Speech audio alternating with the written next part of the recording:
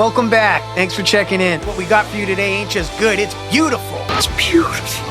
I'm headed back to Spike Performance to pick up where we left off with machining that junkyard engine. Made sure we had everything we needed to assemble these heads. Assembly lube, hammer on the valve seals, crank on the float table, drop in the retainers, wiggle, shift, bang things into place until they drop down. 2 assembled cylinder heads. What a thing of beauty.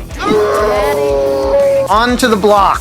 Run it through the ultrasonic cleaner one more time. Then we ran it through the rotating hot tank. Washed it down with the hose and dried it off with the air gun. Gotta be bone dry before you start assembly. Went slow and really paid attention to what I was doing. The machining on the block looks amazing. So here comes a tough decision. What color are we gonna paint this thing? But Nick said he's gonna cut me a huge deal on this work. Damn good deal. So he's kind of got a lot to say. So I say, dude, let's make a game out of it. I win, my choice. You win, your choice. Fight!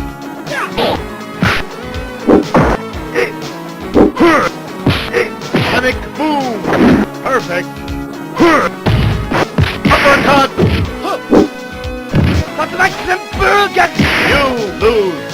USA! After suffering a huge loss in both chance and pride, I present you an electric purple rainbow glitter Mitsubishi V6.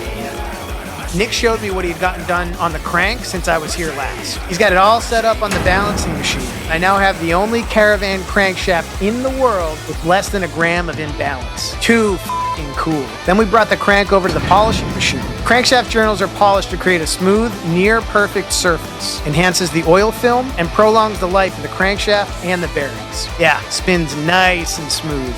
Kept asking, can we use plastic gauge? You got any plastic gauge? Hey man, I've never used plastic gauge before. How fast does this thing go? Does it have automatic transmission? Does it have 4-wheel drive? The plastic was squeezed out from compression between the crank and the bearings in the girdle. Now what we want to do here is compare the width of the plastic to this little paper gauge, 0.002, which is just what we want. Man, this thing spins so well. It's getting tight in there, but everything fits exactly where it's supposed to.